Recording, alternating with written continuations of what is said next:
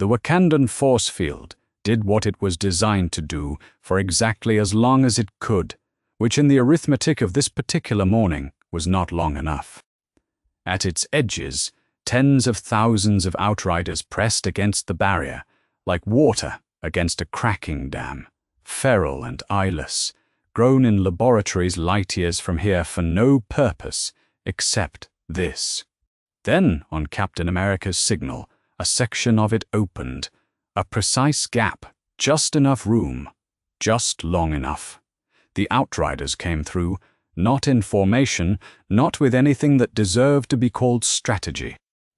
Pure biological pressure applied to the single task of reaching every living thing on the other side, 4 limbs and 2 mouths apiece, moving at the speed of something that had never in its engineered existence encountered a reason to slow down. The Wakandan army held the first wave, the second wave hit the center sideways, and the line buckled. Captain America caught a charging outrider by its forelimb and used its own momentum to send it through the next 2 behind it. War Machine lit up the sky with a rotary burst that bought the center line another 40 seconds.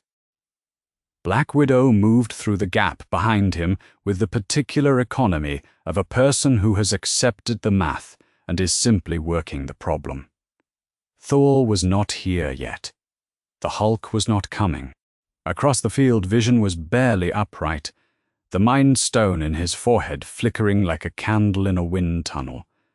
Corvusclave's blade having done something fundamental to his density control that no one had had time to examine or fix. The defenders were not losing the battle outright. They were losing the rate. There were more outriders than there were ways to stop them, and Thanos had not yet arrived, and that was the weight everyone on that field carried underneath all the other weights. Then the sky tore. Not a Bifrost. Not an Infinity Stone portal. Those opened clean and geometric, bordered in the specific color of whatever stone was doing the work. This was different.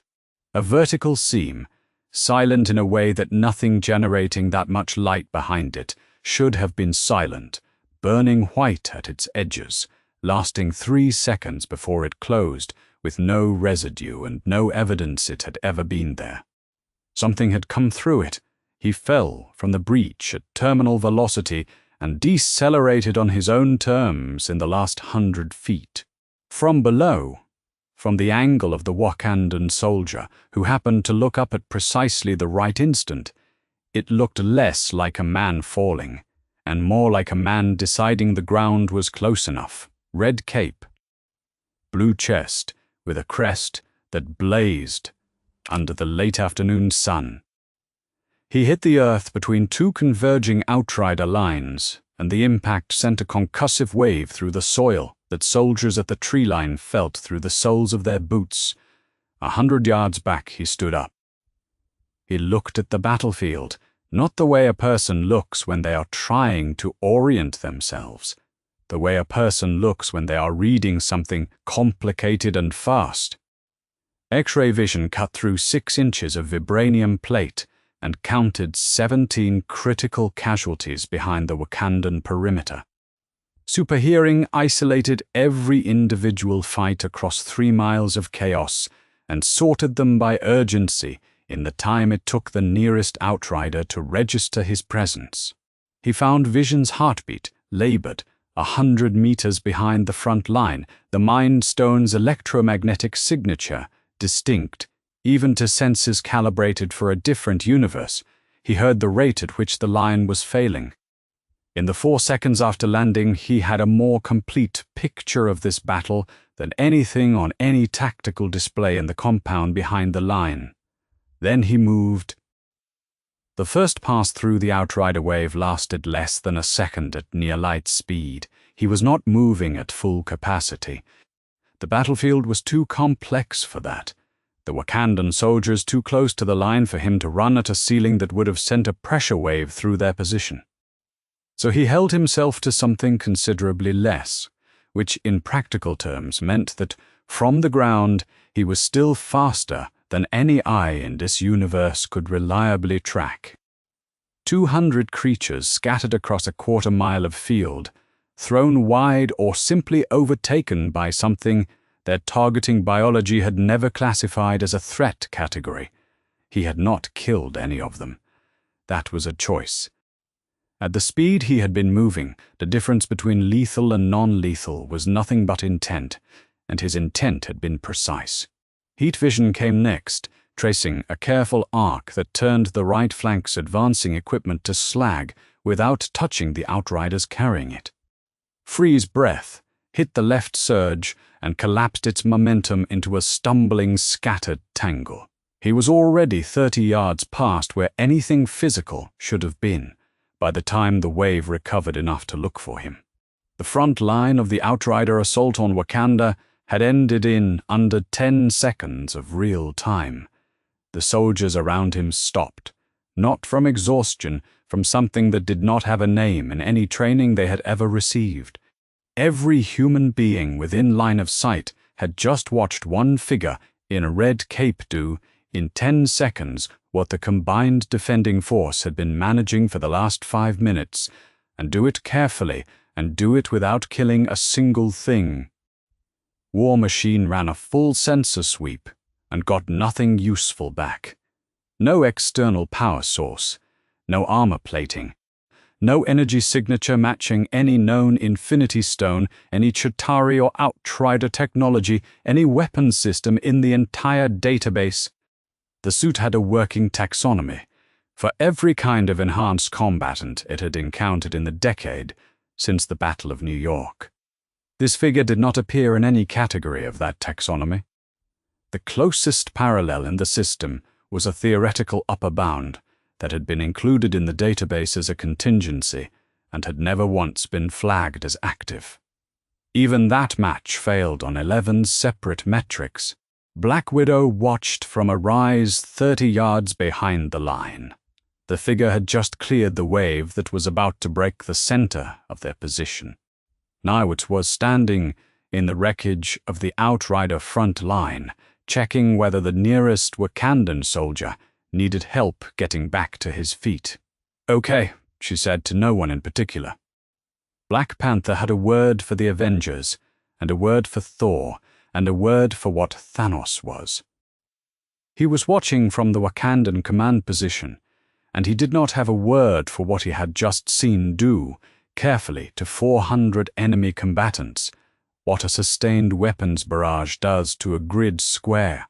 He had seen powerful things across a long and difficult career. He had not seen powerful things that were careful about it. Captain America had not lowered the shield, but the angle was wrong for a throw.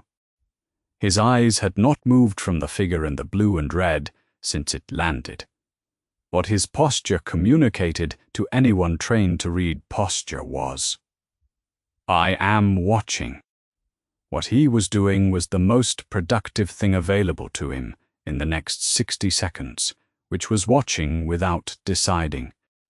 "Real quick, because I have to know, who is the next character you want to see? Walk into a universe that has absolutely no idea what's coming. Drop the name in the comments. I see every single one." The Outrider Horde did not care what had arrived. It did not have a mechanism for caring. It was biological pressure in service of a directive, and the directive was still active. The remaining thousands regrouped across the field, not out of strategy, but out of mass, out of the simple arithmetic of more. And they came again. He turned back toward them. The red cape moved in the wind off the Wakandan plain. The crest on his chest, the one that was not the letter S but something older, the symbol of the House of El. From a civilization that had burned out before this universe had settled on what its largest stars were going to be, caught the yellow light of an afternoon sun that belonged to no part of his history. He moved into the next wave. The battle continued. Not the same battle. Thanos was still coming. That had not changed. The Outriders were still coming. The Horde was still enormous. Vision was still wounded behind the line, and the infinity gauntlet was still 5 stones complete and moving toward the 6th. None of that had changed. What had changed was the thing waiting at the front of the line when all of it arrived. Different math. Now the lull, when it came, lasted 40 seconds. Not because the horde had stopped. Because a fraction of it had been redirected to a new variable, and the fraction was large enough to give the defenders something that felt like breathing room after the pressure of the last 20 minutes. Captain America crossed the field toward the figure in the red cape at a measured walk. Shield angled at his thigh, not raised. He had made a read on the way over. The figure had cleared the wave that was going to break their center line and then stood in the wreckage of it and checked whether anyone around it needed help. That was not the body language of an enemy. He held his read loosely, the way all his best reads were held, and he kept walking. The man in the blue and red was looking at Vision across the field when Cap reached him. He looked away from Vision, the way someone looks away from a wound when the doctor arrives. "Who are you?" Captain America said. "Where did you come from?" The answer came without hesitation, but with the economy of someone deciding on the fly which version of the truth fits the available time. "My name is Clark," the man said. "Where I come from is complicated. I did not choose it, and I don't know how to reproduce it." He scanned the battlefield with his eyes in a way that suggested his eyes were doing considerably more than looking. "I intend no harm to anyone on your side. What is coming?"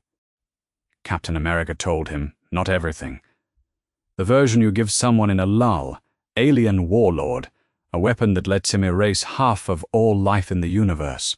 5 of the 6 components already collected, closing in on the 6th. Clark listened without interrupting. He was listening with more than his ears. 30 yards back, the armor's sensor suite ran a full analysis at secondary frequency.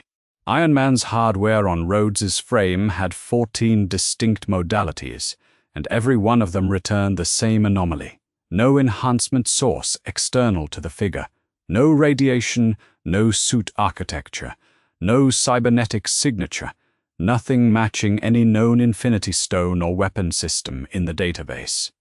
The biological profile that came back fell outside every documented range in the system, in every category, and in every category the outlier ran upward.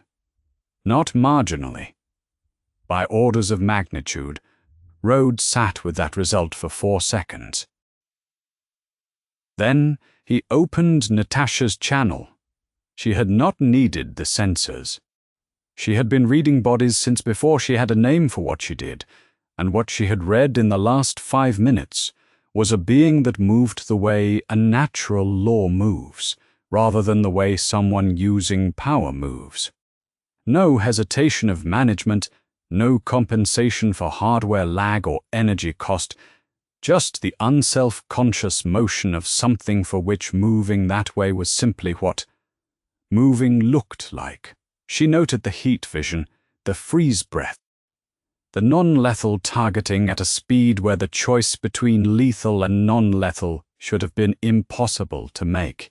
She was cataloging. "No suit," Rhodes said. "I see that," she said. "Is he a problem?" What he was looking at was a yellow light. X-ray vision cut through the smoke from the burning equipment on the right flank and found it the wrong color for fire, emanating from inside a body rather than from a surface.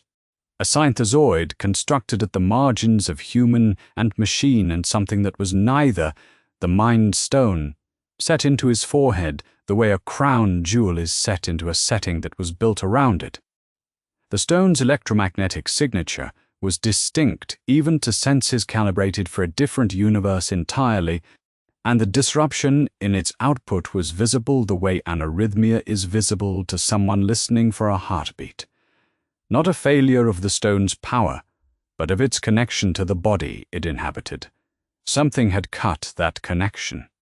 The synthezoid was compensating with what remained, A woman stood beside him and had not looked away from him in the entire span of time since Superman had begun scanning the field.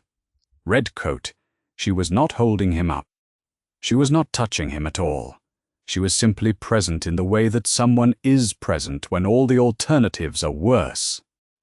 He marked them both and filed Vision's position in the part of his mind that held the things on this battlefield that could not afford to lose more ground. Then the eastern sky broke open, not gradually, not with any of the atmospheric preamble that ordinary weather requires. A column of energy that was all the light of a dying star, compressed into a single vertical line, split the cloud cover without warning, and turned the air white for 100 yards on either side of it. Something rode that column down at speed. The Leviathan that had been circling above the Wakandan compound for the last 5 minutes encountered whatever it was in mid-air. The Leviathan did not complete the circle. The thunder arrived 3 seconds behind the lightning. Thor landed at the edge of the front line, and the ground registered the fact. He was carrying an axe built from the metal of a neutron star at Nidavellir, a weapon that had driven itself into Thanos' chest with all 6 Infinity Stones active, and made a god of destruction flinch. He had paid for Stormbreaker with his body. He looked at Superman.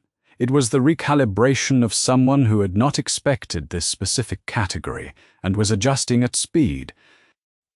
Thor had stood in the presence of gods, fought things that predated recorded civilization, watched his world burn twice, and rebuilt something from what remained. He knew what a sovereign being looked like. The man in the red and blue had that gravity not asserted. Present. "You are not from this universe," Thor said. "No," the visitor said, "but I'm going to help." 1 beat. Thor held the look finished whatever calculation he was running, and nodded once with the economy of someone who does not need to announce a decision. And the two of them cleared the next 40 seconds, in parallel with the unpracticed precision of beings who have been reading a battle the same way, for longer than either of them could presently explain. What they made in those 40 seconds was not an alliance. It was something more immediate, a shared understanding of the battle's shape and how to move within it. That was enough. For now, Captain America watched this. He did not comment. When the next break came, Black Widow delivered the full accounting. The Space Stone, taken from the Asgardian evacuation ship, the Reality Stone from No Here. The Power Stone, the Soul Stone, and the Time Stone surrendered on Titan an hour ago by their Sorcerer Supreme, in a move none of them understood. The 6th stone was the Mind Stone, still in Vision's forehead, still flickering, 50 meters behind the line. The snap, she explained, was not a bomb, not a beam. A universal act of erasure. Half of all living things across every world in the cosmos, painlessly, instantly at random. Superman processed the arithmetic at the speed he processed arithmetic, trillions of lives. An actual population of actual beings across every world in a universe he had arrived in 3 minutes ago, and understood less than he needed to. The scale of the loss did not become abstract at that size. He had a gift, or a burden, for keeping it concrete. "How close is he?" he said. "Minutes," Captain America said. The man who called himself Clark looked at the field. He had already located the Mind Stone in the first 30 seconds. He had said nothing about it until now. "The stone in Vision's forehead," he said. "That's what Thanos needs to finish it." "Yes," Cap said. "Then he doesn't take it. It was not a plan. It was a position. There is a way through this that doesn't end with that man dying or half the universe disappearing. I am not willing to accept that the only path here has a body at the end of it. Captain America looked at him for a moment that was longer than the situation technically allowed. It was not the look of someone who disagreed. It was the look of someone who had held that exact belief and still held it, and who understood what this universe had historically charged for holding it. He did not argue. There was no time. The Wakandan monitoring station flagged the spatial anomaly 11 seconds later, blue light descending from high orbit. The Space Stone's signature, not arriving the way a portal arrived, but moving in transit, the approach vector of something that did not feel the need to hurry, because it did not believe anything waiting for it could change what was coming. The window between now and Thanos was exactly as long as the conversation that had just ended. He was already here. Proxima Midnight did not look at Superman. That was the tell.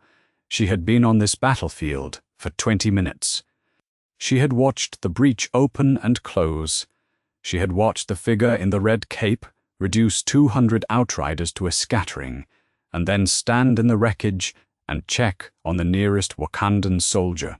She had processed this the way she processed every variable that was not her objective, noted, estimated, set aside. She had a mission. The Mind Stone was behind the Wakandan line. Everything else was noise. Corvus Glaive moved with her 40 yards to the right in a wide flanking arc. The glaive that had already disrupted Vision's density control once cutting through the battle smoke at shoulder height. Vision was barely upright. Wanda was beside him, and had been since the moment that Wound first landed. She saw them coming. She moved to intercept Corvus. The man from the breach moved faster.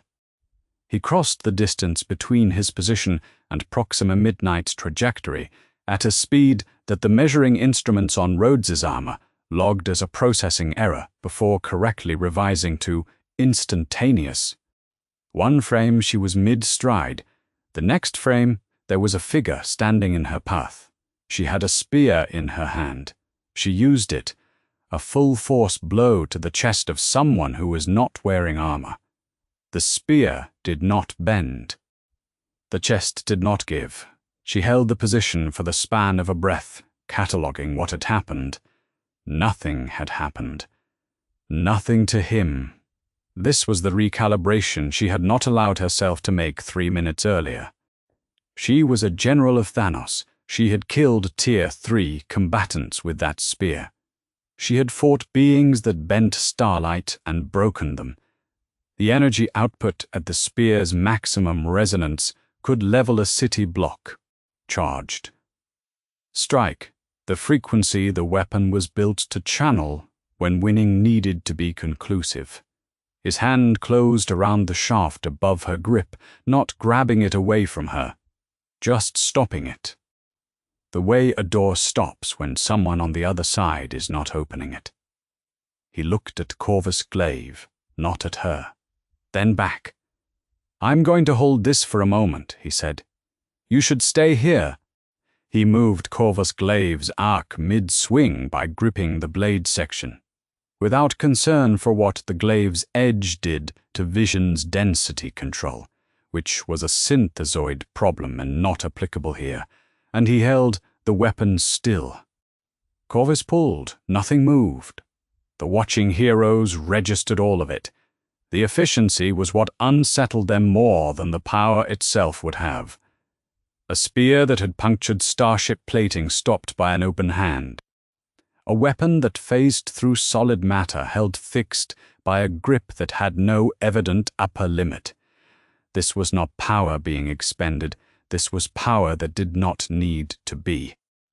On the western flank, 40 yards from where Superman was occupying 2 Black-ordered generals simultaneously without apparent exertion, the fight sounded different. Cull Obsidian came at Thor, and Thor came at Cull Obsidian, and the ground between them paid the full physical cost of that exchange. Stormbreaker against a hammer arm built for the same category of destruction, a fight between things in the same tier, which for Thor was workable, because he had not come to this battlefield expecting an easy hour. He had seen the end of fights between equals before. He made it look like that. Cull Obsidian stopped fighting after 40 seconds. He had not aimed to wound. This was Thor. Superman had noted it and completed his own work. Proxima Midnight and Corvus Glaive were incapacitated, not dead, not maimed, set at the edge of the field with a precision that suggested he had also been aware of where they would land and had accounted for it. 2 of Thanos's generals present and breathing in a radius of about 10 square meters. Thor looked at them, then at the man who had put them there, not with hostility, with the expression of someone recalculating a survivability margin. War Machine had been running sensor analysis since the breach closed. 17 minutes of data on a subject the suit had declined to classify. No external power source, no suit architecture, no energy signature matching any known technology. Force output in a theoretical tier the system had never flagged active. Combat lethality setting across the entire window.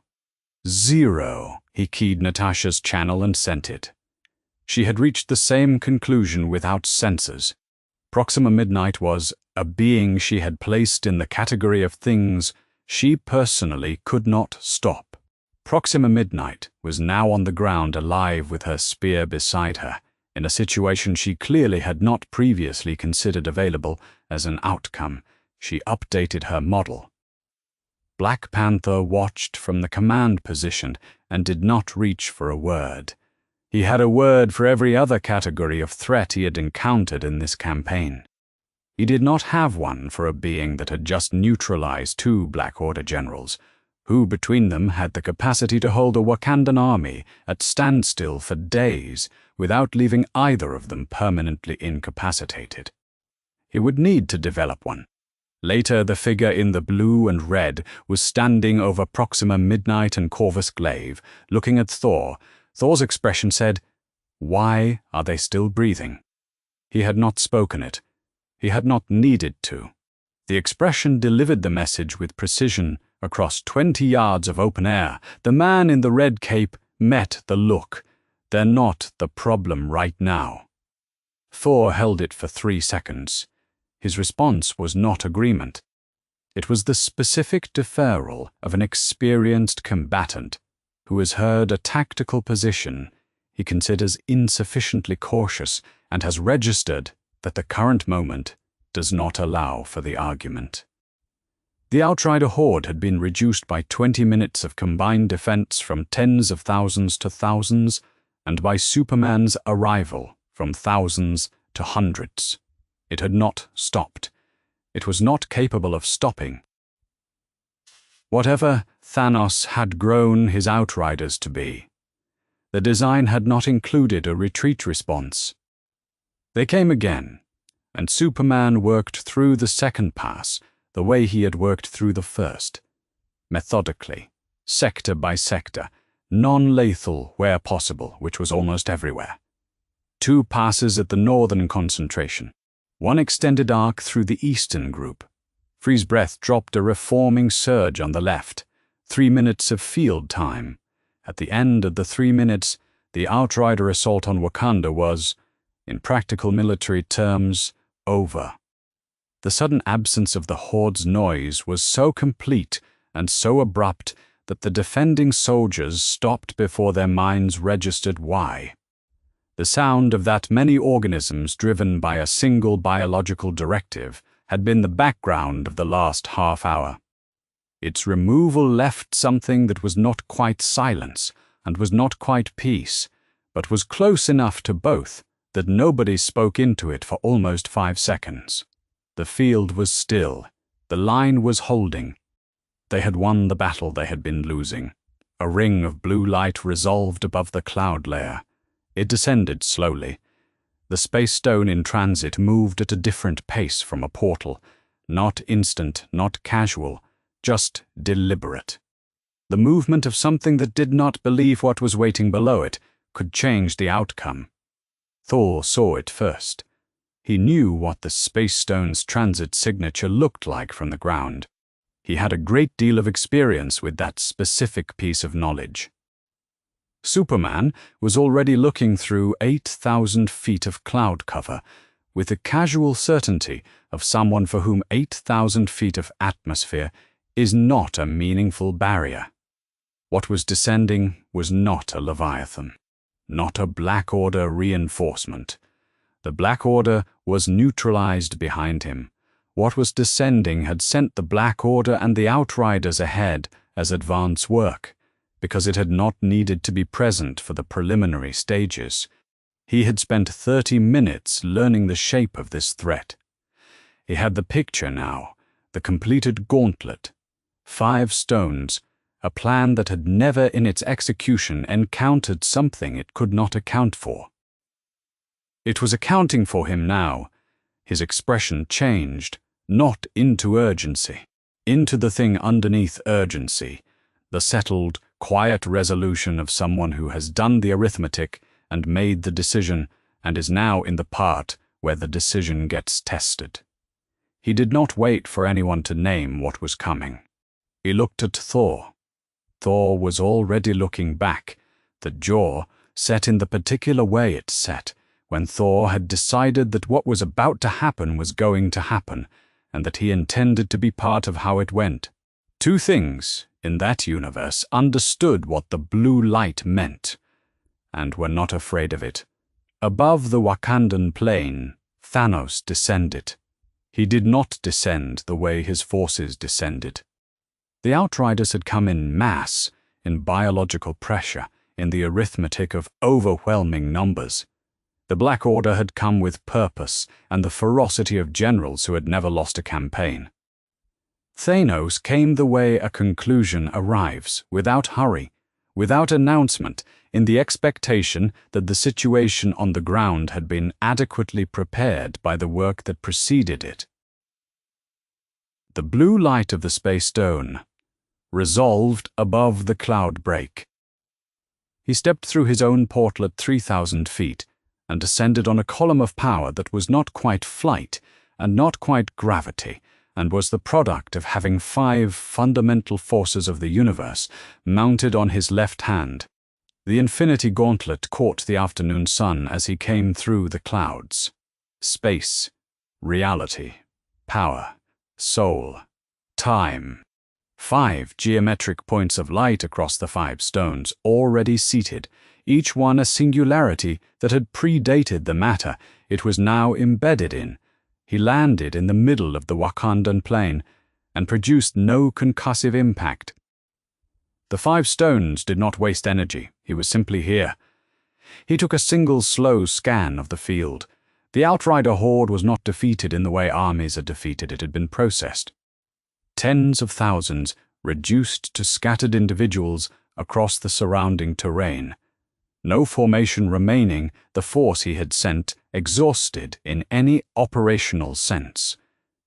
This was unusual. His forces had not been processed at this rate in a single engagement in the entire span of his campaign. The Black Order, neutralized, alive. He had noted that, specifically. Proxima and Corvus were incapacitated on the western flank. Vital signs present, alive in a way his generals had not typically been left. Cull Obsidian was not breathing. That one he attributed to Thor. His gaze moved from the neutralized positions to the center of the field, to the thing standing there. He had received no report about this. There had been no report to receive. Whatever had come through that breach had arrived after his last contact with the advance. He was seeing it for the first time now. He studied it the way a mathematician studies an unexpected variable, with interest, without alarm. He adjusted his model of the next 4 minutes and continued the scan. Your sorcerer told me he had seen 14 million possible futures, Thanos said. He did not raise his voice. He did not need to. The voice of a being who had addressed civilizations at the edge of their own extinction carried without effort across the 50 yards of open field. In every one of them, the gauntlet completed its work. A pause, the length of something considered. You were not in any of them. Captain America had the shield up. Thor had Stormbreaker raised. The figure in the blue and red had not moved. He was listening with the stillness of someone who has heard a threat assessment and is deciding what it changes about their own. He did not raise his voice either. Then the sorcerer miscounted. Thanos considered this, not dismissively. The way a man of absolute certainty considers a counter-argument that has not yet reached the level of his conviction but is being offered from a position of genuine power. He did not have time to reply. Superman moved. He had not waited for the line to form. Cap would have formed a line. Thor would have advanced at his side. That was the right instinct for most fights. This fight had one variable that made lining up catastrophically expensive. The time between Thanos' intention to use a stone and the stone's activation was a fraction of a second. Speed was the only asset Superman had over the completed gauntlet. He needed to get inside that window before a finger moved. He crossed 50 yards of Wakandan plain, in a fraction of time that human perception did not register as motion. Thanos' physical response was reflexive and immediate, a blow leveraging the full strength of a being who had beaten the Hulk with his bare hands and done it in under a minute. It connected. Superman absorbed it without staggering and hit back with a right-hand strike to Thanos' left shoulder that sent the Mad Titan 20 feet sideways across the plain. Thanos did not fall. He turned in the air and landed on one knee and came to standing. He looked at his left arm, then at the figure across from him. No threat assessment he had run in advance had accurately approximated this. Something had hit him as hard as he hit things. He did not have recent experience of that. They exchanged for 4 seconds. Superman absorbed everything Thanos delivered. Thanos absorbed everything Superman delivered and was moved by it, visibly, measurably, forced backward by a fraction of a meter on each strike, unable to simply apply greater mass as the resolution in the way that had ended most of his physical confrontations. The hierarchy was legible to anyone on that battlefield watching. Ungauntleted, Thanos was not the strongest being on this field. He reached for the Reality Stone. Superman's heat vision struck first and dissolved 3 feet from Thanos' face into light the color of new grass. Not deflected, rewritten. The beam that had been concentrated solar radiation became something harmless, arriving without temperature against a reality that the stone had restructured around Thanos' immediate field. Freeze breath came a half-second later and became a shower of flower petals before the cold reached him. Superman adjusted. He went for the gauntlet wrist instead of the body. Physical grip on the hand, the same grip that had held War-World in place, Action Comic number 1046, that had bench-pressed the full mass of the Earth, Superman Volume 3, number 13. If the gauntlet could be pulled from the hand, the stones lost their channeling architecture. That was the plan. Thanos used the Space Stone. He was 2 miles east before the grip could close. Superman tracked by sound and the gauntlet's residual heat output and arrived there in under a second. Thanos used it again. Superman arrived again. The chain repeated across 3 jump points in 6 seconds, each of Superman's arrivals fractionally faster than the stone could find the next destination. On the 5th jump, Thanos stopped moving. He pressed the Power Stone directly against Superman at a range of 2 feet, not projected at distance, not ambient, pressed against him, at maximum concentrated output, the focused application of a stone that could vaporize a planet directed into a targeted burst at the range of arm's length. Superman stopped, not fell, stopped. The beam drove into him, and he held position, and what moved across his face in that moment was not pain exactly, but the expression of someone who has just found the first ceiling they have encountered since arriving in this universe. His baseline was the core of his own sun. The Power Stone was in the same order of magnitude, channeled into a concentrated point at close range. The gray area the calibration could not resolve was resolving now in real time against his chest on the Wakandan plane. He did not go down. The beam cut off after 3 seconds. His feet had moved 2 inches backward in the Wakandan soil. 2 inches.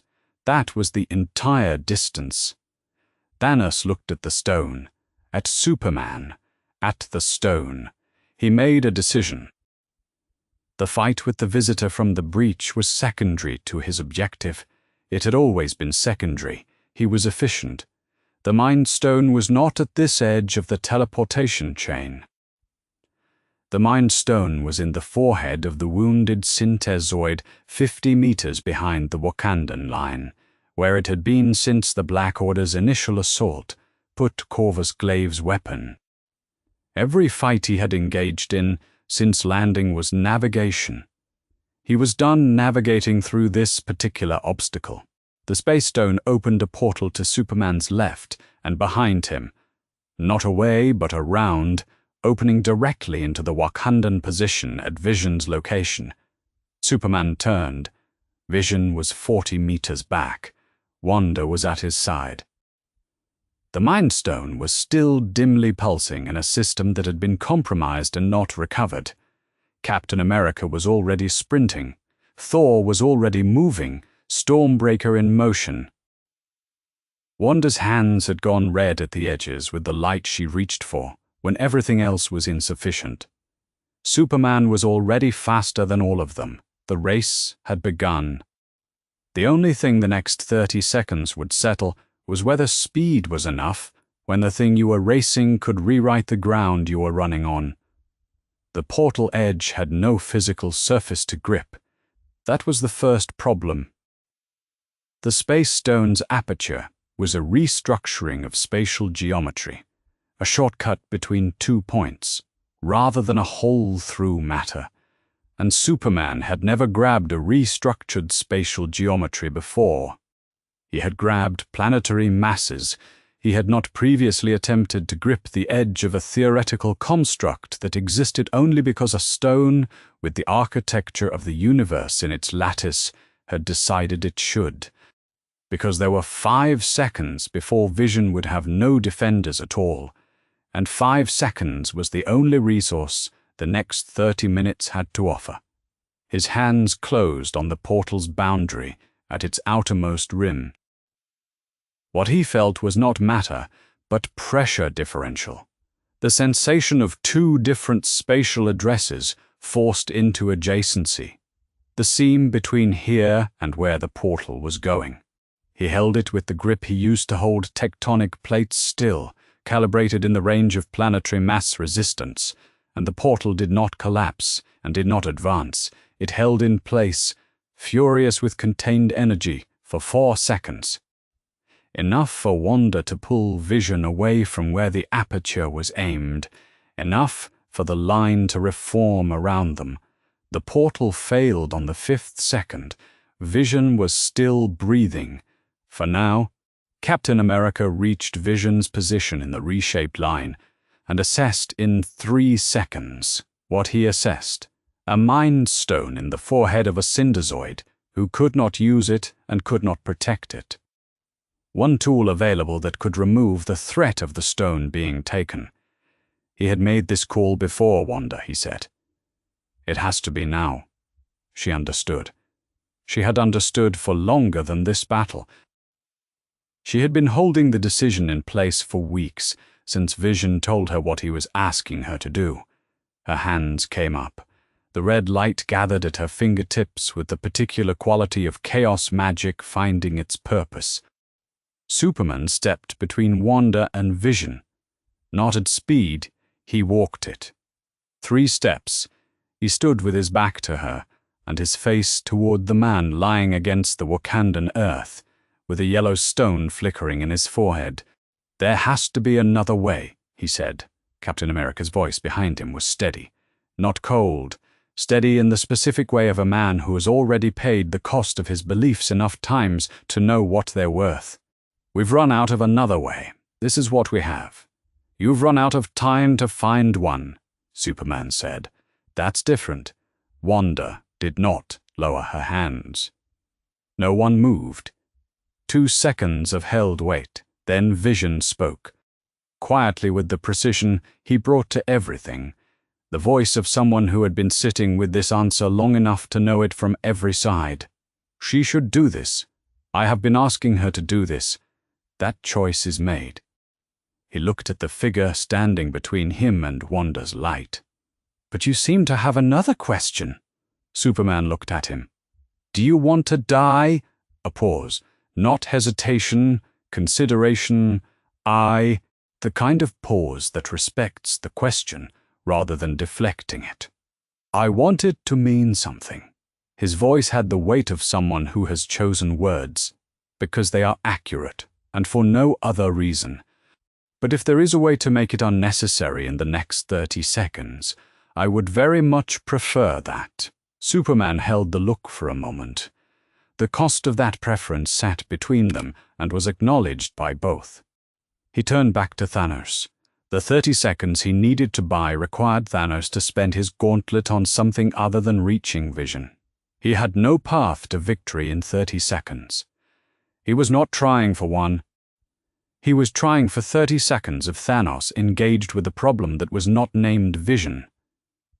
He moved. Thanos was not surprised. He had watched the exchange at Vision's position with the attention he gave to any decision-making process happening in his operational theater. He used the Reality Stone the moment Superman entered his immediate field, not to attack, but to construct, the ground between them becoming something other than ground, a surface with different structural properties that had no name in this universe's physics. Superman moved through it. The stone tried a second configuration. He moved through that too. He closed both hands on the gauntlet wrist. Thor arrived 4 seconds into the hold and added Stormbreaker to the containment. Not at the gauntlet hand. At Thanos' movement, the axe of a dying neutron star pinning the geometry of the next step before it could be taken. 2 of them on him. The combined physical argument of a god of thunder who had paid for his weapon with his body and the strongest biological organism in 2 universes pressing on the gauntlet wrist with a grip measured in septillion pounds of force. For 40 seconds, Thanos moved nothing. Behind the line, Wanda had not been waiting for permission. The red light found the Mind Stone again. Vision let it. The stone showed fracture lines along the faces of its geometry, hairline first, then the fracture widening under the specific frequency that only her power had ever managed to apply. The light coming through the cracks was the white-yellow of something that had been at the center of creation since before the universe had settled on its first law. Vision described it to himself as not painful. That was not entirely accurate, but it was the version that left room for something else. Thanos stopped. He simply stopped, engaging. The resistance left his body the way pressure leaves a held breath. Thor stumbled a half step.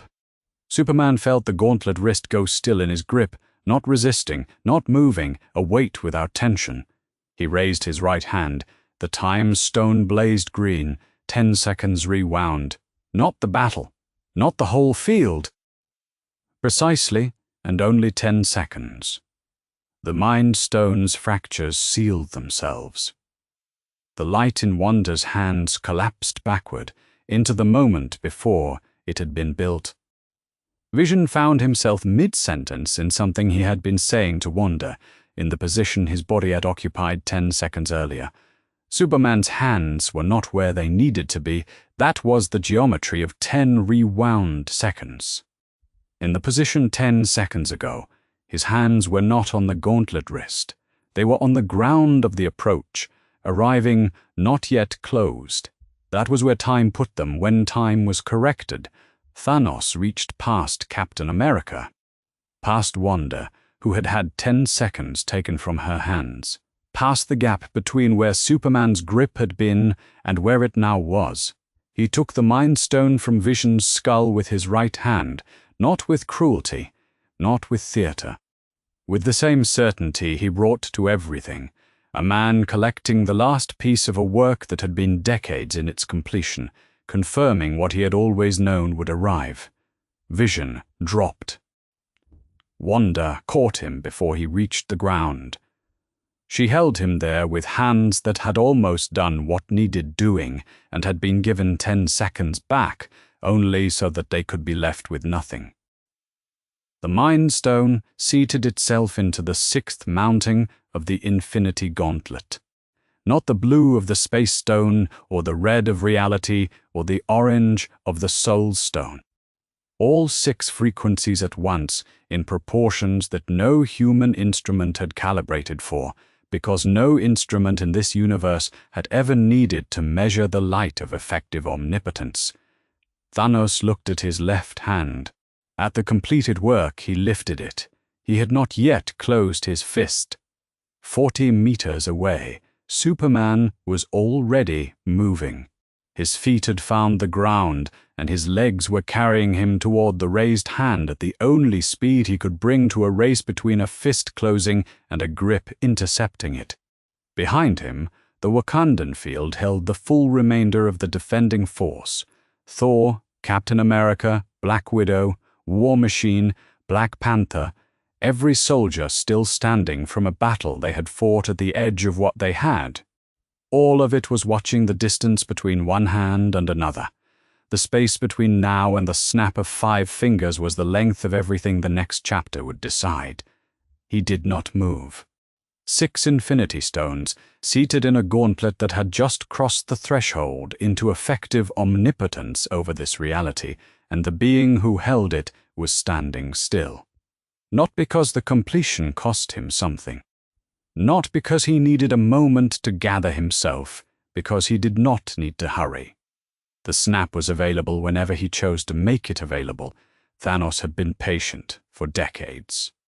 He looked at his left hand, at all 6 stones in their mountings: space, reality, power, soul, time, and the Mind Stone freshest in its seating, still radiating the residual heat of a skull it had inhabited for 3 years. Each stone a singularity that had predated the matter it was now embedded in. All 6 answering to the architecture of one gauntlet, one mind, one conclusion. The light they produced together had no single color in this universe. Not the cold blue of the Space Stone, or the red of Reality, or the deep orange of the Soul Stone. All of them at once, in proportions that no instrument in this universe had calibrated for. The frequency of everything that mattered combined. He turned to Superman, not to Captain America, who had the remnant of his shield grip up and the look of someone preparing for a situation in which useful had a very narrow definition, not to Thor, who had Stormbreaker angled with the readiness of someone who has decided that whatever comes next, he intends to be part of it, to the figure in the blue and red. The variable his model had not accounted for and had been incorporating ever since. "I have always been inevitable," Thanos said. The voice of a being who had addressed civilizations at the moment they understood what was happening to them, carried without effort across the space between them. "I am sorry you arrived too late to understand what you were trying to stop." Superman was 40 meters away. He had not moved since the gauntlet completed. He was looking at the left hand with the continuous attention of someone running a calculation that depended on a single measurement, the interval between intention and motion. The time between Thanos deciding to close his fist and the fist actually closing.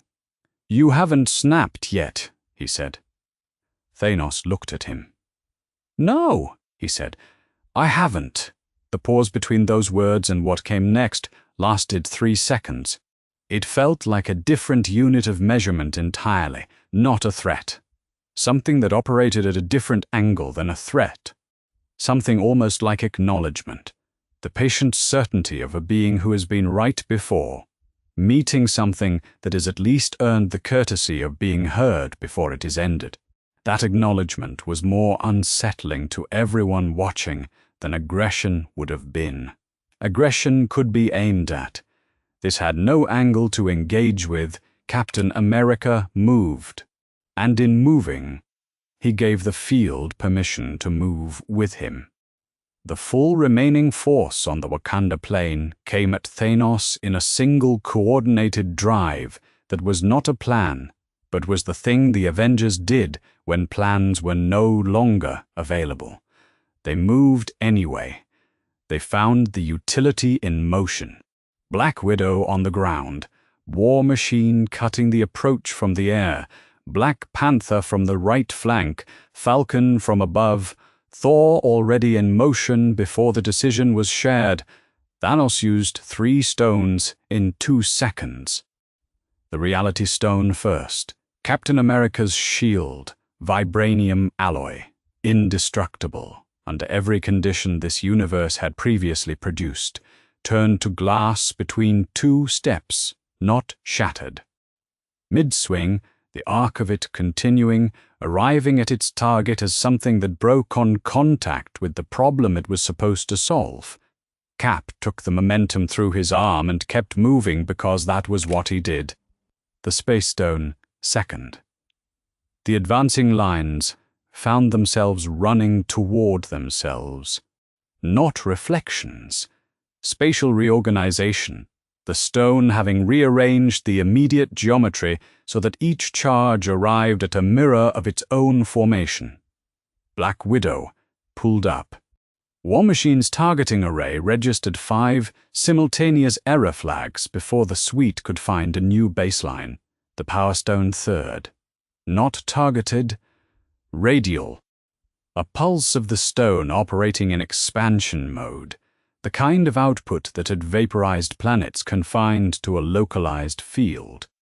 Everyone within 30 meters stumbled backward as if the ground's relationship with standing had been briefly revised. The gauntlet at full power was not a physical fight. It had never been. The heroes were alive. Scattered. Disoriented. Working back to their feet. Thanos had not aimed to kill. He had aimed to clear the operational space for the 6 seconds he required. He was efficient. The snap did not require the field to be empty.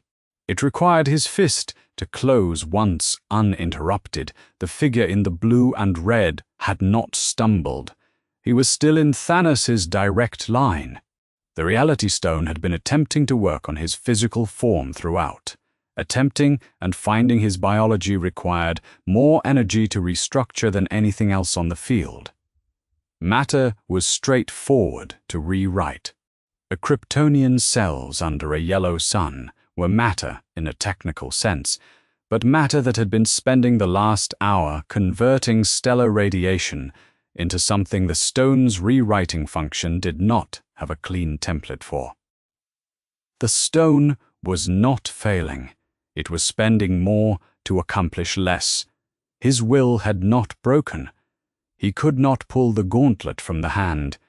He had established that across 4 chapters of direct confrontation, the stone architecture would respond to any removal attempt before the grip could close, and the grip needed to be close before it could do anything about the architecture, but he could get his own hand around the closed fist.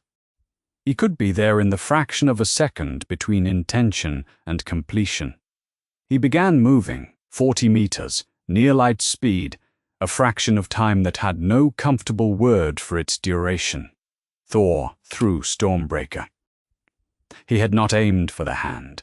He had aimed for the chest, because the chest was where the armor narrowed, where a neutron star-forged axe at full force had the geometric advantage. The axe drove in. The wound it opened was the wound from which an ungauntleted Thanos would not have recovered on this field, or on any field today. The gauntlet held him standing. He looked at the axe for a moment, not with surprise, with the expression of someone who had accounted for this variable and was confirming the accounting. Then at Thor, "I went for the chest," Thor said, quietly. To himself, or to no one, in the tone of a man who has confirmed something he already suspected and finds no comfort in being right. The fingers began to close. Thanos' hand moved slowly, given that he had the architecture of the universe in his grip and could have moved at any speed he chose. That deliberateness was intentional. The gesture of someone who wanted the moment to have the weight it deserved. The gauntlet's surface changed as the fingers curled, 6 distinct points of colored light, resolving into something unified, the frequency of all 6 stones merging into the shade of effective omnipotence. Superman's hand closed over the gauntlet fist, the same grip that had held Warworld in place, Action Comics number 1046, that had bench-pressed the full 6 sextillion metric tons of the Earth. Superman, Volume 3, number 13. His fingers closed over Thanos' closing fingers with a force, measured in the kind of numbers that required a different vocabulary than the one available to the universe he was currently standing in. The energy of 6 Infinity Stones, mid-discharge, met an obstacle it had not been designed to account for. It did not stop. It began doing what energy does when it cannot propagate in the direction it was aimed. It pushed back, routed, looked for the path of least resistance through the grip that was trying to contain it.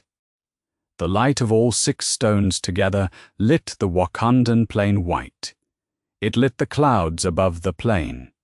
It was visible from the orbitals. And then the question that the next chapter would answer was this: what happens when something tries to contain the energy of the entire universe, and the universe finds out whether that something is enough? The energy of 6 Infinity Stones mid-discharge found Superman's grip and routed. This was not a physical force meeting a physical obstacle in any way the gauntlet's architecture had been designed to manage. The snap was a soul-level reality rewrite, propagating universally and instantly. Not an energy blast, not a beam, not a weapon in the conventional sense.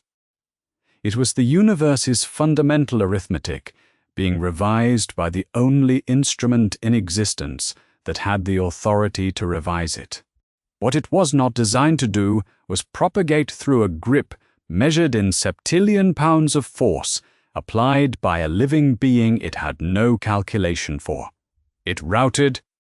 The wave that was supposed to propagate universally hit the closed hand around Thanos' closed fist and fractured.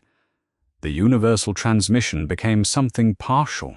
The arithmetic that was supposed to erase half of all life across the cosmos continued along the lines the energy could reach, which were the lines not blocked by a Kryptonian in the path of the wave. The snap fired, changed, broken in its architecture. Not half of everything. A fraction. The wave propagated where it could, and stopped where it could not, and what it touched when it found the paths available to it was a smaller number by orders of magnitude than the number it had been built to reach. Smaller. Across the universe, in the span of time, it took Superman to register that the wave had fired, beings stopped. Not half of all life, thousands, distributed across the cosmos at random.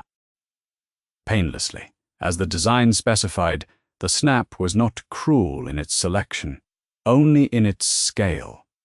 The scale was fractured. The selection continued unchanged, touching those it could find. He could hear it. Superhearing extended to the limits of what physics and distance and the specific capability of a Kryptonian ear pressed against a change in the cosmic frequency could reach. He had counted the stars in the Milky Way once as a child, lying on his back in a Kansas field, on a night when the sky was too loud for sleep. He had counted them one by one, patient, the way other children counted sheep. He counted these absences the same way. It took him less than a second. Trillions of lives had continued. He could calculate that, and the calculation was not ambiguous. The snap had been prevented at scale. Half of all life in this universe was still alive because a grip had fractured the arithmetic of its removal. That was the number he had arrived here to produce, and he had produced it, and it was real. The other number was also real. He held both at the same time, because they were both true, and they were both his. The gauntlet came apart. The energy routing against his grip had been doing what routed energy does, finding the next available path. In the gauntlet's architecture, the next available path was backward. The glove that the dwarves of Nidavellir had been forced to build under Thanos' coercion was designed to channel the stone's output outward and away from the hand holding them. It was not designed to contain a discharge with nowhere to go. The metal, forged at neutron star temperatures, the hardest material in this universe's known inventory, held for the duration of the wave's transmission and then stopped holding. The fractures ran through the mounting architecture first, the seating points where each stone had been locked into its position, then through the glove itself. The stones were indestructible in the way that singularities which predate the universe are indestructible. They had existed before matter and would outlast everything built from it, and no force available in this setting could do to them. But the mountings were metal. The mounting points had a stress limit. 6 points of light were ejected from the gauntlet's splitting body and scattered across the Wakandan plain and the forest at its edge in 6 different directions. The gauntlet was gone. The stones were scattered, free, uncontrolled, each one still a singularity but no longer directed. Inert in the way that loaded weapons are inert when no one is holding them. The backlash hit Thanos a fraction of a second later. The energy that had been routing and redirecting and finding no exit hit its source when the gauntlet failed. A wave moving against the direction of the snap's propagation, channeling back through the hand and arm that had held the instrument. The damage was worse than a clean snap would have taken. A fractured discharge through a failing instrument, energy built to propagate outward forced back at its source. Thanos went to one knee. The left arm hung at the wrong angle, the specific wrongness of a limb that has absorbed force past its structural limit at a single point. He was not dead. He was not dying. The biology of a being who sat at tier 3.5 of this universe's power hierarchy had the resilience to absorb what would have ended anything below tier 3. But he was on one knee, without the gauntlet, without the stones. Without those, Thanos was the strongest physical combatant in this field below Superman. Not the apex of 2 universes. Not the most dangerous thing present. The most dangerous thing present was standing 20 meters away from him, with both hands open at its sides, and it was completely still. Thor turned from Thanos. Rocket was at the left edge of the position he and Groot had held since the battle opened. He was standing with his eyes on the space beside him, the space that had, until a moment ago, contained Groot. The partial snap had been exactly what it was, partial, random, painless. On the Wakanda battlefield, among the thousands of warriors who had held the line, a portion had simply ceased. The random arithmetic of the snap found what it could find. It did not choose based on significance or rank or what anyone's presence would cost the people left behind. It had never worked that way. On Rocket's left, in the space where something had been reaching for the next moment, there was ash. Groot went the way he always went, quietly, mid-motion, simply not there. No warning and no aftermath, except the specific shape of the ash on the Wakandan earth, and the way that shape told you exactly what the posture had been. Thor crossed the field and stood beside Rocket, and did not speak. Rocket did not speak either. There was nothing to say that was more accurate than the silence, and the silence was already saying it. The world's law had collected. Not in the amount it had planned, but the accounting was not zero, and had never been going to be zero. And anyone who had been paying attention to the way this universe worked already knew that Superman was standing. The snap had propagated against his grip, and the universe had answered the question that could not be answered in advance. A Kryptonian under a yellow sun, at the point of maximum concentration of the snap's wave. He was still here. The stillness was different from every stillness before it. Every time he had been still on this battlefield, it had been tactical. Processing, preparation, the managed pause of someone deciding what came next. This stillness was not that. This was the stillness of someone who had done the count, arrived at both numbers, and was standing in the space where both of them were simultaneously true and equally real. He could hear the silence, the specific frequency of lives that had stopped and would not start again. He had counted them. The number had not left when the counting ended. He saved trillions. He knew the size of that number, and it was real. He had also not saved everyone. That number was also real. He held both in the same mind, because they were both his, and he did not put down things that were his. The field spread out around him in the late afternoon light of a Wakandan sun that did not know what it had just witnessed. Wonder was beside the shape that had been vision. Thor was standing next to an empty space with his head down and Stormbreaker at rest beside him. Thanos was on one knee at the field's center. Captain America stood without a shield, with the posture of someone already adding up what came next. Rocket had not moved. War Machine had landed. Black Panther was counting his people. And on the scorched earth at the center of the field, scattered across the Wakandan plain like coins from a broken pocket, 6 points of light lay where they had landed. Space, reality, power, soul, time, mind. The gauntlet was gone. The universe's arithmetic had been interrupted and fractured, and paid a partial price instead of a full one. And what remained in the silence that followed was a field of people who were alive because a grip had held, and 6 indestructible objects resting on the Wakandan earth with nobody holding them. Superman walked to Thanos. Not at speed, at a human pace, across the scorched earth of a battlefield that had gone quiet in the way that battlefields go quiet when the thing that made the noise is over. He chose the pace deliberately.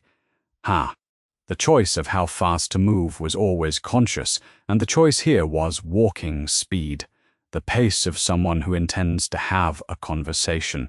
Thanos was on one knee. The arm that had held the gauntlet hung at the wrong angle and would not respond normally to attempts to move it. He was not moving toward anything. The gauntlet was gone. The stones were scattered across the field and the tree line beyond it.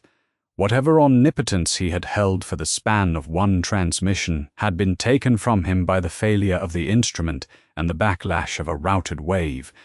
He was, without those things, the strongest physical combatant on this field. Below Superman, he was not trying to stand. He was watching Superman walk toward him, with the attention of someone who has been surprised today for the first time in decades, and intends not to be surprised again. No one else approached. Captain America held his position 20 meters back. Thor did not advance. This moment did not need witnesses to add to what it was. It needed the two of them. Superman stopped when he was close enough that the conversation did not require projection. He waited. Thanos looked at him for a moment. Not in defeat, in the particular mode of someone recalibrating from a position that has changed, but whose conviction has not. His conviction did not live in the gauntlet. It lived somewhere the gauntlet's destruction could not reach. "My planet died because they would not listen," Thanos said. His voice had not changed. It was the same voice that had addressed civilizations at their ending moments. Patient, certain, the voice of a man who had been proven right before and expected to be proven right again. I watched them laugh at what I told them was coming. I was correct. Every world I have visited since has been consuming itself at a rate that leads to the same ending. A ceiling approached. Resources finite. Population infinite in its appetite. The same equation everywhere I looked, resolving toward the same outcome.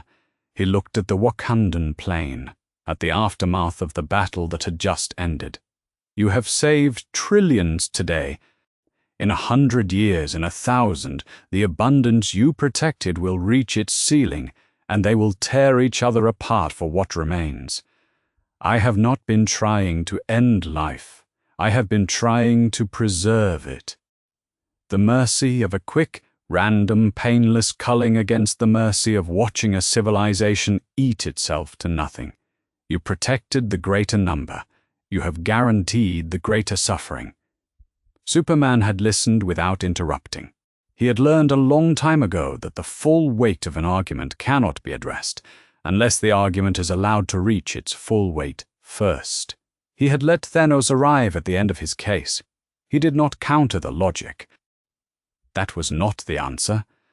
Thanos's arithmetic was internally consistent and drawn from real observation, and the flaw in it was not a calculation error.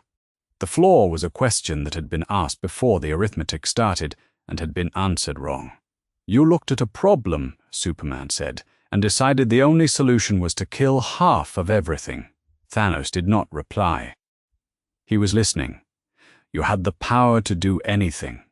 You had a gauntlet that channeled the fundamental forces of the universe.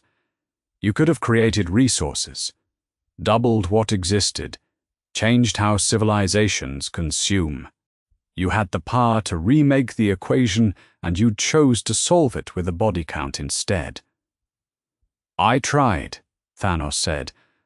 "I showed them another way. They did not listen.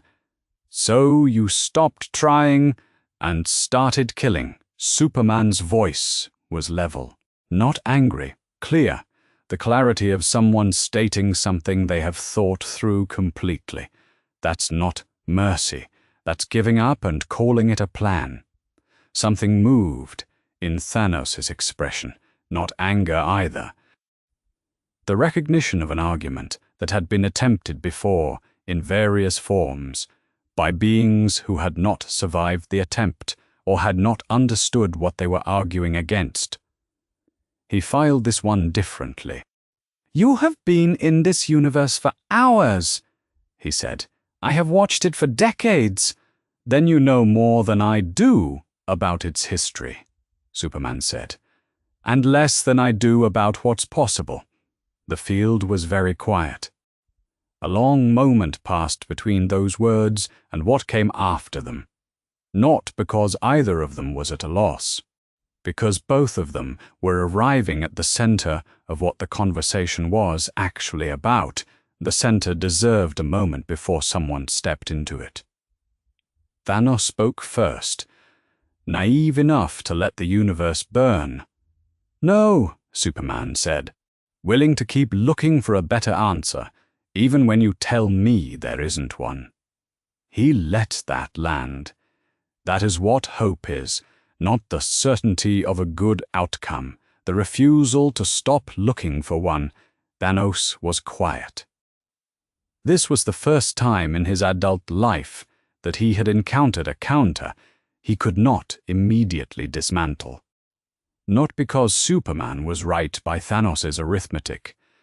By Thanos' arithmetic, the counter was still insufficient, still dependent on variables that Thanos had already weighed and found wanting. But Superman was not arguing from inside Thanos' arithmetic. He was arguing from a different structure, entirely a different set of premises about what power was for and what a being who held it owed to the beings who didn't. Thanos had no prior experience of someone who was this capable, making this choice, and the absence of that experience was visible in the silence. "Then we are at an impasse," Thanos said. "No!" Superman said. He reached down and closed his right hand around Thanos' intact arm. Not the ruined one, the one that still worked. He pulled upward with the grip that held worlds in orbit, the precise and controlled application of force that had held Warworld in place while he cleared its population, and Thanos came to standing and then past standing, lifted from his knee to his feet, held a foot off the Wakandan earth with the geometry of a grip that had nothing to prove anymore and was simply doing its work. Thanos' legs did not find the ground. He was held. He tried once. The physical hierarchy had been legible since the first punch in the first confrontation, and whatever calculation Thanos ran in the gap between being lifted and conceding the attempt, the calculation gave him the same result his body already knew. Superman was not straining. His expression was not the expression of someone applying maximum effort. It was the expression of someone completing a task that required less than he had available. He did not tighten the grip. He did not apply pressure beyond what holding required. He did not try to hurt Thanos. Thanos stopped trying to move. He was held still, 6 inches off the ground, by a being who had chosen this ending instead of a faster one. And he was aware that the choice was the choice and not an inability. Aware that the thing holding him in place could end him and had decided not to. And aware that this too was a form of argument, the continuation of the one they had been having, extended past words. He did not speak, neither did Superman. Captain America and Thor arrived together. Cap saw the scene before he reached it. Thanos held alive, Superman's grip around the intact arm, the Mad Titan's feet off the ground in the particular way of something that has been contained rather than defeated. Thor arrived half a step behind and stopped when he saw the same thing. Thor looked at Thanos. His expression was readable. It was the expression of someone doing a calculation about what this outcome required and arriving at an answer that his history gave him very specific feelings about. Captain America's hand came to rest on Thor's arm, not pulling him back, not preventing anything. Just present the hand of someone who understood the calculation Thor was running and had made a different call and wanted the difference to be felt rather than argued. "You aimed for the chest," Superman said to Thor. Not an accusation, an acknowledgement. "I know," Thor said. No one spoke for a moment after that. The question of what came next, what you did with a being who had held omnipotence for 60 seconds and used it to murder thousands, and had done so with the sincere conviction of a man who had decided long ago that he was right, was a question none of them had an immediate answer to. It was the question the next chapter was built to carry. It was, by its nature, not a question that resolved quickly. Thanos was alive, his conviction was intact, the gauntlet was gone. The argument started before Captain America and Thor had fully reached the position. Thor spoke first, which was consistent with how Thor handled things when he had a conclusion he had arrived at with complete certainty and wanted to share it before the moment for sharing it passed.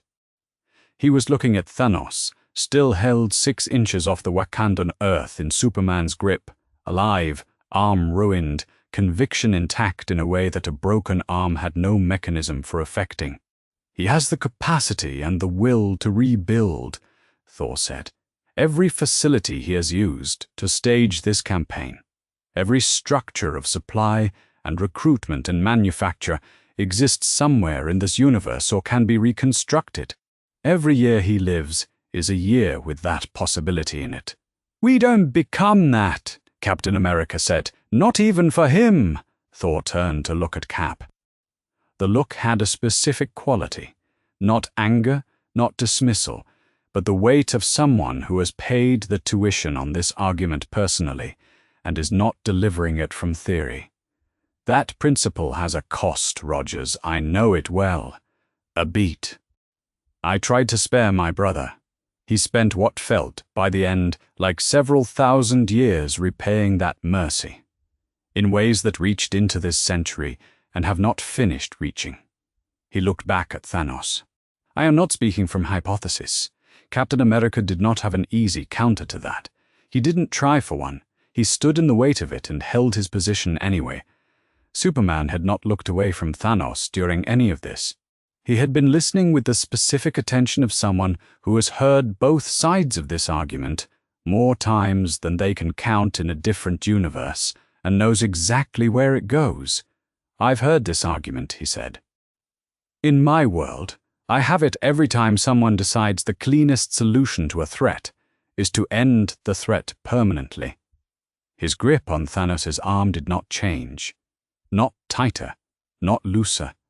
Simply continuous. The argument is not wrong about the math. It is wrong about what it costs the person making it. I am still not willing to be the kind of person that argument turns you into. Thanos said nothing. He was listening to the argument about him with the patience of someone who has made his peace with being the subject of it. The silence held for a moment. "Then we need to figure out what we do have," Cap said. "Not agreement, a redirect. The move of someone who has served long enough to know when an argument has reached its limit and the work still needs doing." Black Panther was already part of the way, through figuring out what they had. His forces had located 3 of the 6 Infinity Stones on the Wakandan plain in the first 20 minutes after the Gauntlet's failure. The Space Stone, the Reality Stone, and the Power Stone were accounted for, isolated at distances from each other, no 2 of them within a kilometer. The Time Stone and the Mind Stone were somewhere in the forest at the field's northern edge. The search parties had signals, not confirmations. The Soul Stone had not been found. The stones, without the gauntlet, were inert in the way that a loaded weapon is inert when it has no hand to fire it. They were not harmless. Each one was still a cosmological singularity that could reshape matter and perception and time on a planetary scale if a sufficiently capable being found a way to apply it without the channeling architecture the gauntlet had provided. They could not be left where they lay. They could not be safely co-located. 6 stones in proximity without a gauntlet to stabilize the interaction was a problem with no good outcome. They could not be moved with current Wakandan technology without risk. War Machine had been running relay from Titan for the last 12 minutes. The report was better than it had been 2 hours ago. Tony Stark was alive, critical, stabilizing the specific type of injured that peerless engineering and an available medical infrastructure could address. Given sufficient time, he was coherent at intervals. Dr. Strange was with him. The message Strange had sent required a moment to pass. He was in the calculation, Rhodes read. Every path that worked had someone like him in it. The number was not 140000605. I had miscounted. Nobody spoke immediately. Superman understood it. He had not expected to, and then he did. Not because Strange had seen him coming. The figure in those futures had been unidentifiable, dismissed as noise. What Strange was saying now was that it had not been noise. That the single path to a win had included a variable the universe had not made available from within itself. The universe, under maximum pressure, had found a seam and put something through it. He filed the information and thought he would return to it later. Captain America was looking at the field. "We have people gone," he said, not loudly, not with accusation in the direction of anyone present, with the directness of someone who has learned that the most important things need to be said plainly or they get avoided until they calcify into something worse. All over the universe, thousands of beings who were here when this started and aren't here now. That's on the accounting. Yes, Superman said. It is. No elaboration, no qualification in either direction. The bill was real. It had been paid. Both of those facts were true simultaneously, and neither of them reduced the other. And the most honest thing available to say about that was what had just been said. Wanda had not been part of any of the preceding conversation. She had been beside the shape that had been Vision since Thor and Captain America had moved to the containment position, and she was there still when Superman looked across the field and found her. She crossed the distance without hurrying. She stopped in front of him and looked at him in the particular way of someone who has one question and needs to know the answer before they can do anything else. "Can you get the time stone?" she said. "Find it. Use it. Bring him back." Superman looked at the forest edge where two of the stones were still being searched for. The time stone was somewhere in that tree line, inert without the gauntlet's architecture to channel it. A singularity of temporal power lying on the forest floor waiting to be found. "Even if I found it tonight," he said, "I don't know how to use it. And putting it back in a configuration that could do what you're asking would require a new gauntlet to channel it. The gauntlet that existed just destroyed itself."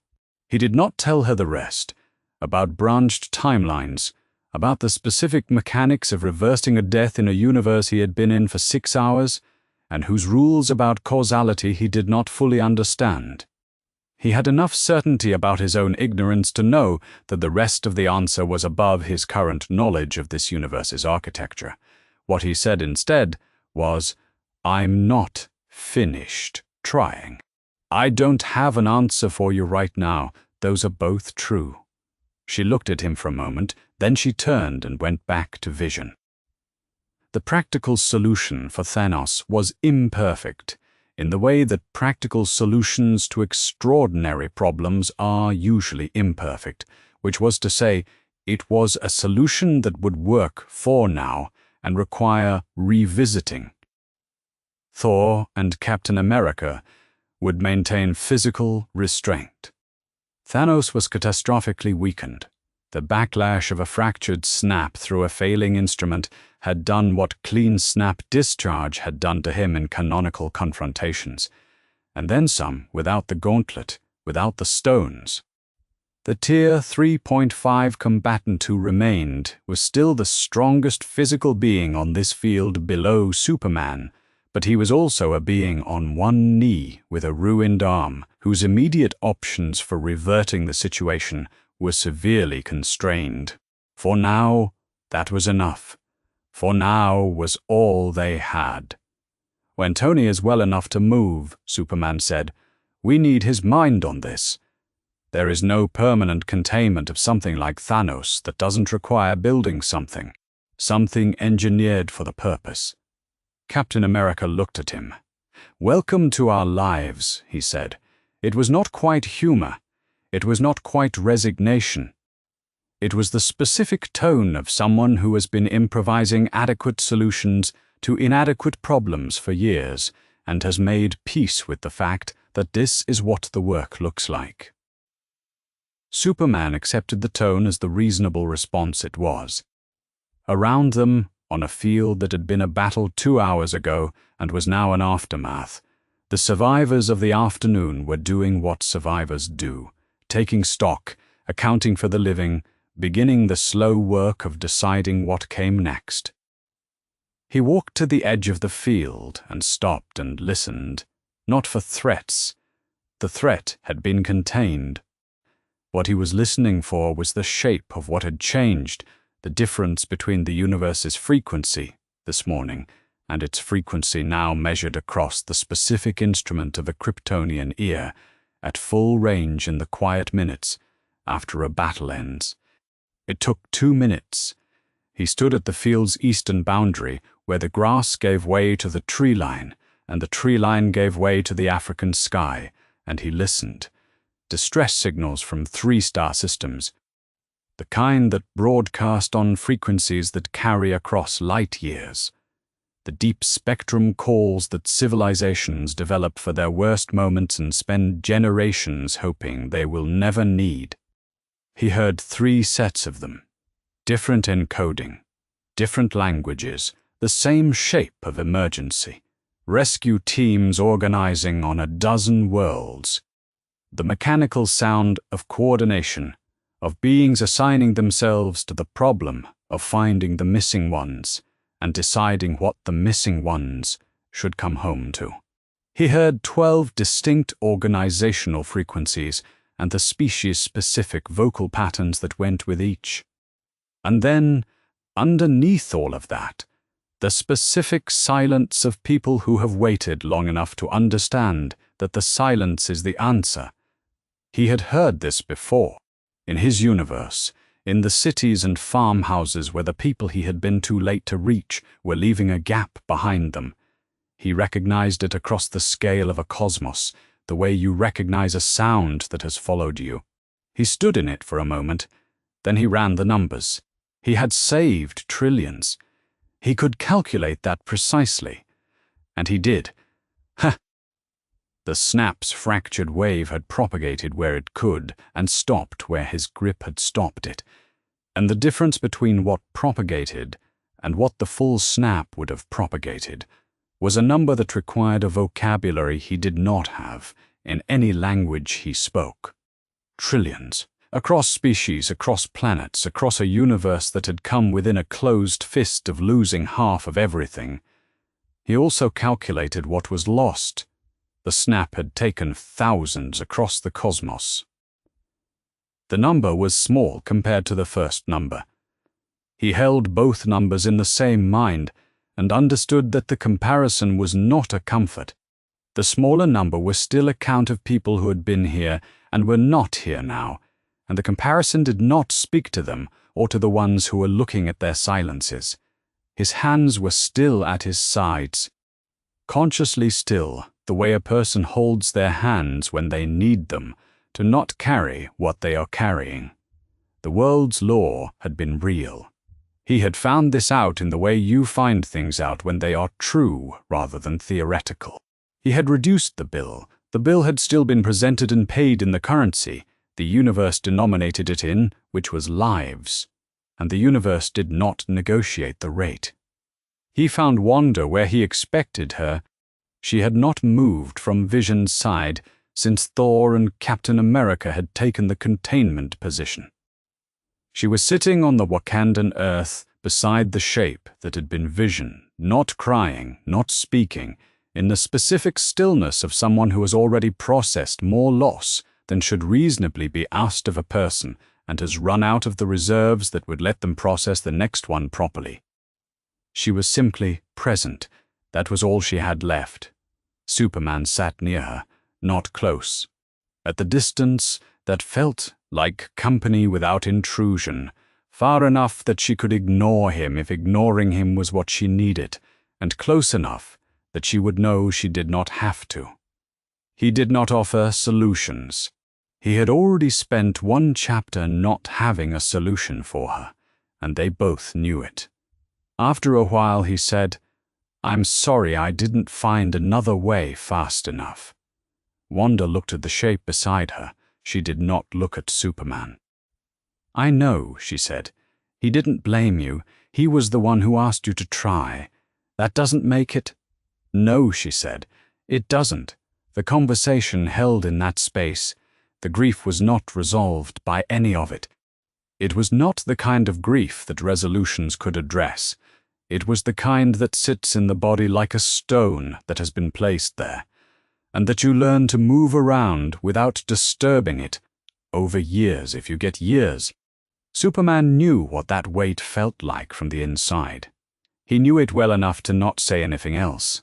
They sat there for a while in the quiet of a field that had been a battle. Thor was sitting at a position slightly wrong. Superman had scanned the field from the edge and found him not at the spot where Groot had fallen, which was 4 feet further into the center, but at the spot where Groot had been standing in the last seconds, the position he had occupied mid-motion. It was not quite the same spot. Thor was sitting in a slightly different place than the right place, the way people often get these things slightly wrong. Stormbreaker was on the ground beside him. He was not holding it. He was not looking at it. He was looking at the earth in front of him with the specific angle of a being who has enough practice at sitting with loss to know where to direct his attention when there is nowhere useful to direct it. Rocket was somewhere behind him, and Superman could hear the precise sound of Rocket not talking, which was a particular kind of sound he did not approach. Some grief does not benefit from company, and some does, and the ones that do not are usually the ones being carried by people who know exactly what they are carrying and do not need anyone to acknowledge the weight. Captain America was already working. He had pulled together the people who could function: Black Widow, War Machine, Black Panther, Falcon, and was standing with them over a situation map that War Machine's armor was projecting from its display surface. The practical problem: 6 cosmological singularities, each indestructible by any conventional means available in this universe, currently lying in a field and a forest with no containment architecture around them. 3 confirmed locations, 2 approximate, 1 unknown. They could not be left where they were. They could not be assembled. The gauntlet was gone. They could not be co-located without creating a risk the team did not have the engineering vocabulary to fully calculate. They had to be secured, separately, distributed, each one placed in a location that took seriously the specific threat profile of that stone's particular power. The conversation was practical and detailed, and moved with the efficiency of people who had done this before with other impossible objects. Black Widow was already on a list of candidate locations. Black Panther had 3 secure facilities with the shielding architecture that would isolate the Reality Stone's passive field. War Machine was calculating transportation risks. Falcon was running the search parameters for the 2 stones still unlocated in the forest.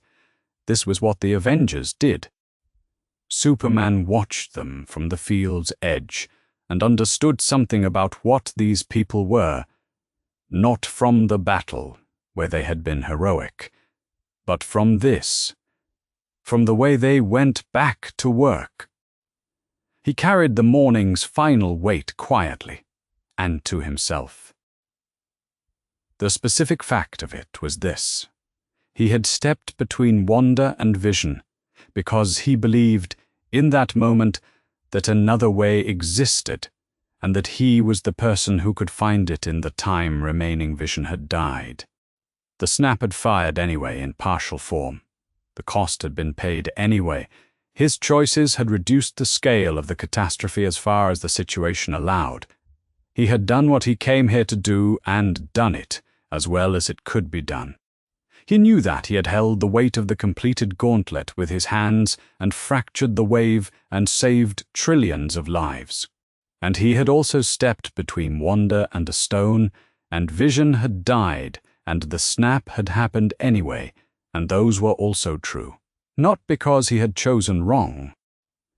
Because this universe's deepest law did not negotiate with the quality of choices made before it collected.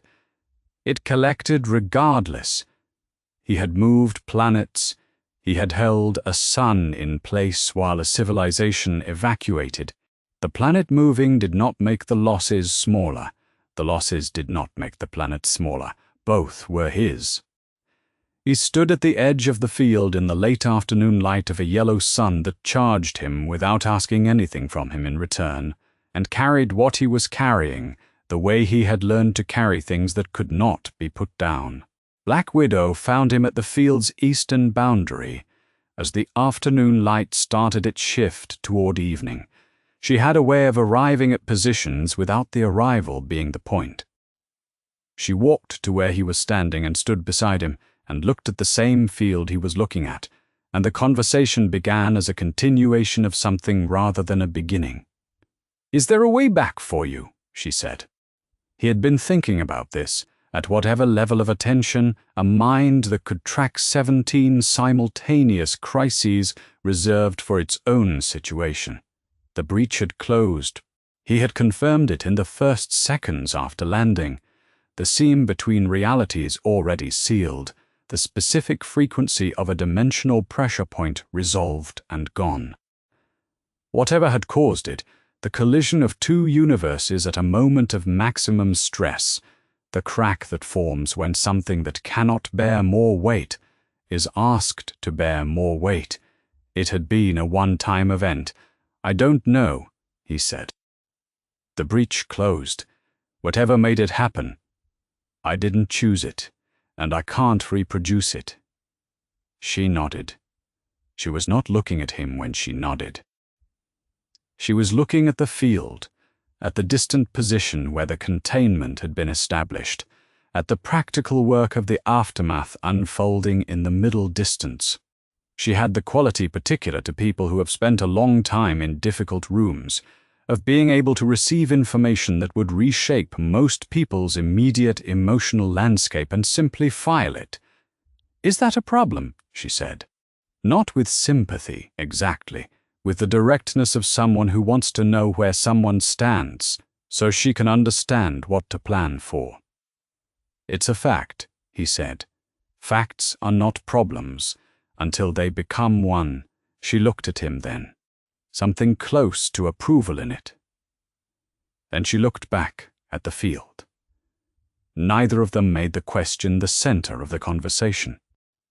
It had been asked and answered, and both of them understood what the answer meant. And the thing about practical people is that they move on from understood facts to the next available question, which in this case was everything else. The relay from Titan had been active for 3 hours. Tony Stark was irritable in a way that War Machine had reported, with the carefully neutral delivery of someone who had known Tony Stark for a long time, suggested he was going to be fine. He had a framework. It had arrived in pieces between what sounded like intermittent arguments, with the available painkillers about whether they were doing their job adequately. 6 stones, 6 separate secured locations, 6 independent custodians with no communication required between them, not a centralized system, a distributed one. The engineering requirements for each location were specific to the stone being housed there and the threat profile of that stone's particular form of ambient power. He was outlining these requirements in a voice that had the energy of someone who has nearly died and has decided to be furious about the interruption. Superman had listened to the relay for 90 seconds. Then, "That's the right idea." A pause from the Titan end. Then Tony's voice, with the specific quality of someone who has just registered an unfamiliar input and is processing it without changing expression. "Yeah, I know. Who are you?" "Someone who arrived through a breach in the sky this morning and has been having a day." Another pause. "You're the Cape guy." "Yes. How's my suit holding up?" "War Machine's armor is operational. He's been running relay coordination for 3 hours." "Good. Don't let him stop." That was apparently the extent of the introductory conversation Tony Stark was prepared to have with a being from a different universe who had just fractured an extinction-level weapon with his hands. He went back to the engineering requirements. Captain America was at the edge of the Wakandan plain, watching the sun move. He had been there for a while when Superman found him, standing with the particular stillness of someone who has chosen this specific position because it is quiet enough for a specific conversation. They stood side by side for a moment first. The field spreading out before them in the late afternoon amber, the scorched center still visible, the tree line at the far edge catching the light at an angle that made the forest look different from how it had looked 6 hours ago. It had been a different forest 6 hours ago, in the way that a place is different after something has happened in it. "You didn't let wonder destroy the stone," Cap said. Not an accusation. The opening of an audit, the kind that people who take their choices seriously conduct after the choices are done. You thought you could find a way to save both. "Yes," Superman said, "and Vision died anyway." "Yes. Was that the wrong call?" He had been asking himself this quietly, in the part of his mind where he kept the questions that did not have clean answers. He had arrived at an answer that was honest rather than comfortable. "I don't know," he said. "I saved trillions. I also didn't prevent the only death that was in my hands to prevent. I don't know how to calculate that." Cap was quiet for a moment. Not the quiet of someone forming a counter. The quiet of someone who has had the same answer about different choices and knows what it costs to hold it. "We don't trade lives," he said. "But sometimes the mission costs everything anyway." "I know," Superman said. "I'm still not going to stop looking for the third option." Cap looked at him. It was a long look, the kind that takes in more than the surface. "Good," he said a beat. "We could use someone who doesn't stop looking." The sun continued to move. The field continued to be what it was. Neither of them said anything else for a moment, because neither of them needed to. And one of the things that made Captain America the person he was that he understood when a conversation was complete. Superman did not join the Avengers. He said so explicitly before Cap could say anything that would make the distinction harder to draw. "I'm not replacing anyone here. I'm not filling a gap on your roster." He meant this precisely, and he needed it to land precisely. "I'm here because there is work that isn't finished, and I have the means to help finish it." Cap looked at him. "That's all anyone here is," he said. It was a simple sentence. It landed with the weight of everything the man who had said it had built it on, the years and the cost and the specific shape of a life spent being exactly that. Superman accepted it, not with words, with a nod that carried more weight than a formal agreement, which was the right amount of weight for what it was acknowledging. He would stay. The 6 Infinity Stones needed securing, and the engineering Tony was outlining from Titan would take time to build, and would need someone capable of being in 6 places in rapid succession. Vision's situation was not closed. It was deferred. The question of what the Time Stone could accomplish once it was in a stable architectural situation was a question he had filed and intended to return to. The partial wound the snap had left in the universe's population needed finding and mapping, the specific accounting that would let the people here understand what the partial snap had taken and where.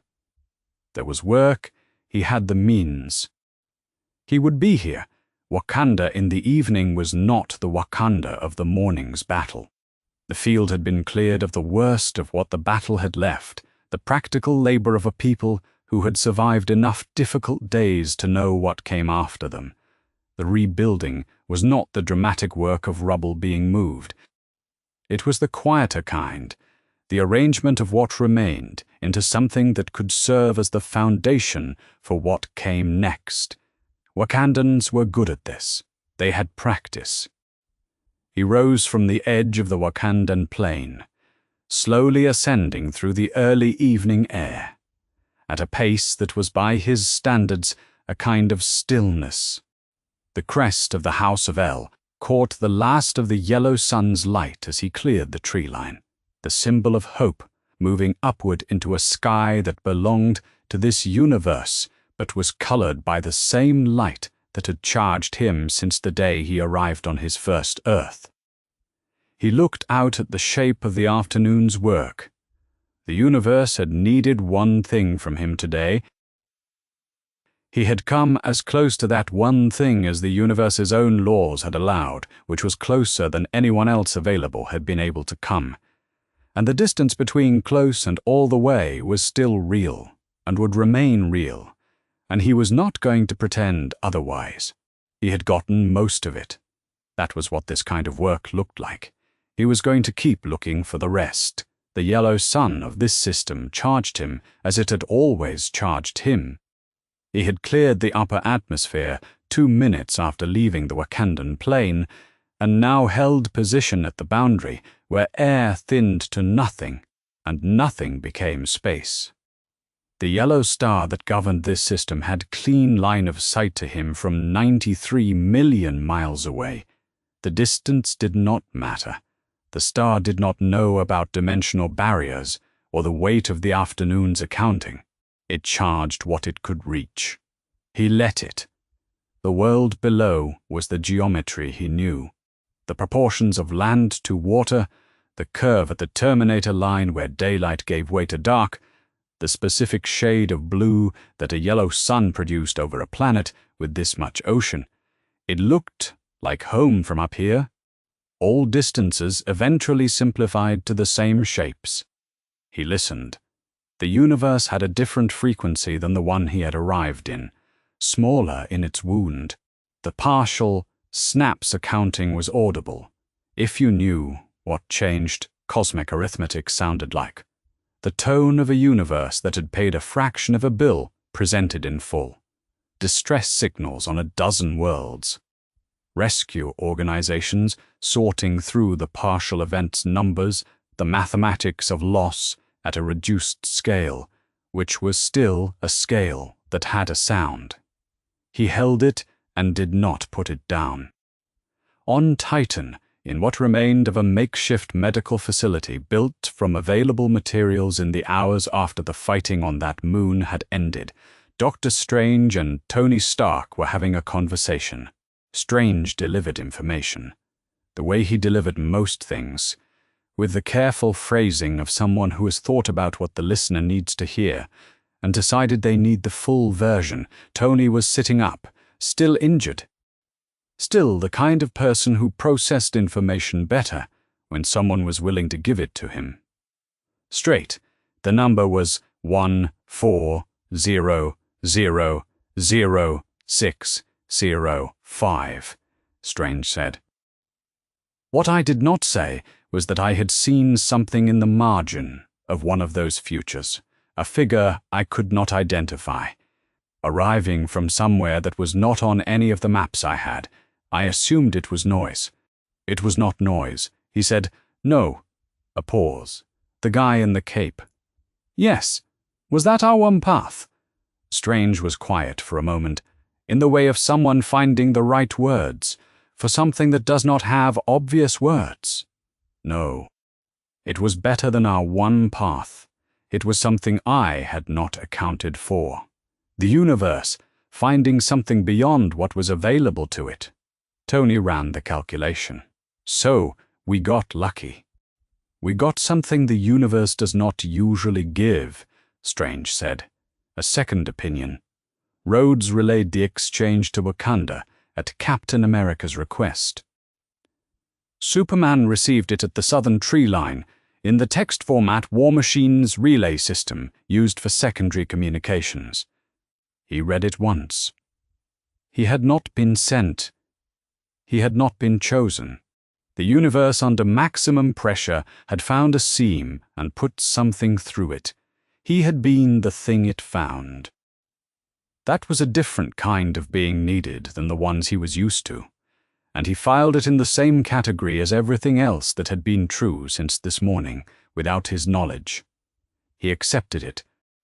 The scorch mark at the field's center was a circle of displaced and blackened earth 6 feet in diameter, where 6 mounting points in a metal instrument had vented discharge that had nowhere to go, the gauntlet's failure site. The exact point where the arithmetic of half of everything had tried to propagate and found a grip it could not propagate through. He walked to it. The mark was precise. The energy routing that had destroyed the gauntlet had expressed itself outward from the center point with perfect geometry, limited only by the medium it was moving through.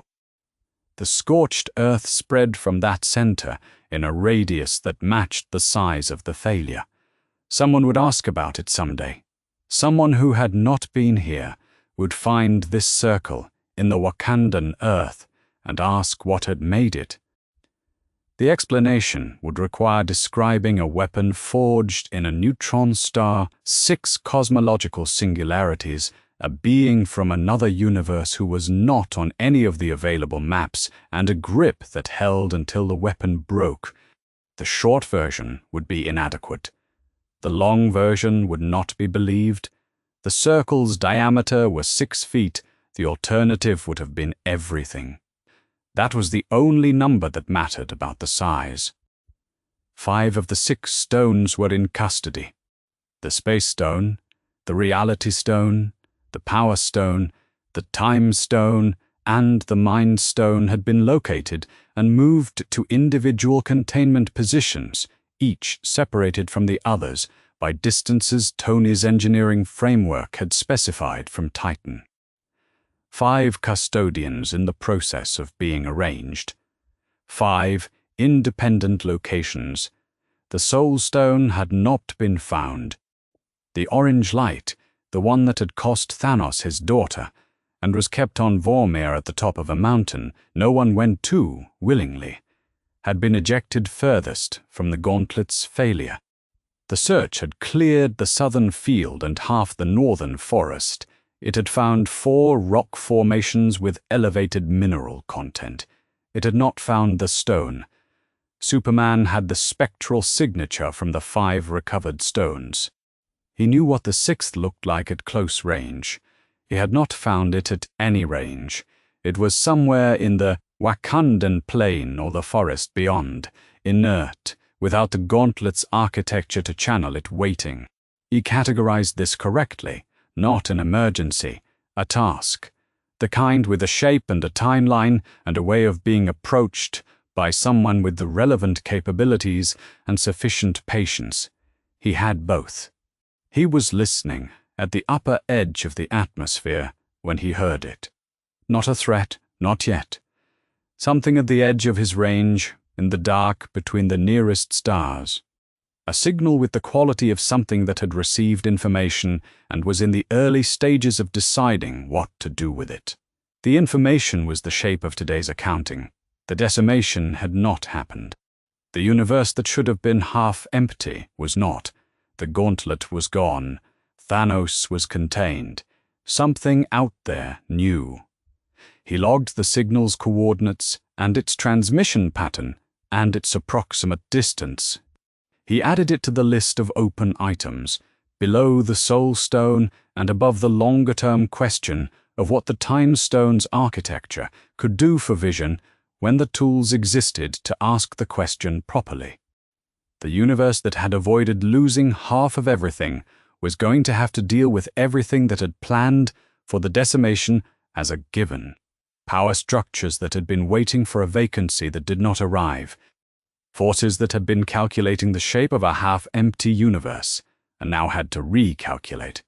The door was open. What came through it remained to be seen. He would be here. The glyph on his chest caught the yellow sun's light. He had been in this universe for the length of 1 day's rotation. He had arrived above a battlefield and been immediately useful. He had fractured the arithmetic of half of everything with a grip. He had made the argument with the person who needed to hear it. He had held what the world's partial law had cost without putting it down. Nobody in this universe knew what the glyph meant, the crest of the house of El Preshta, the Kryptonian symbol for hope. In his own universe, most people who looked up and saw it had learned what it meant through years of accumulated evidence. Here, nobody had that evidence yet. They would learn the universe had a new variable. It had not accounted for. He was going to make sure that variable meant something worth accounting for. He was going to be here for a while. And that's the universe's answer when you put something through the seam.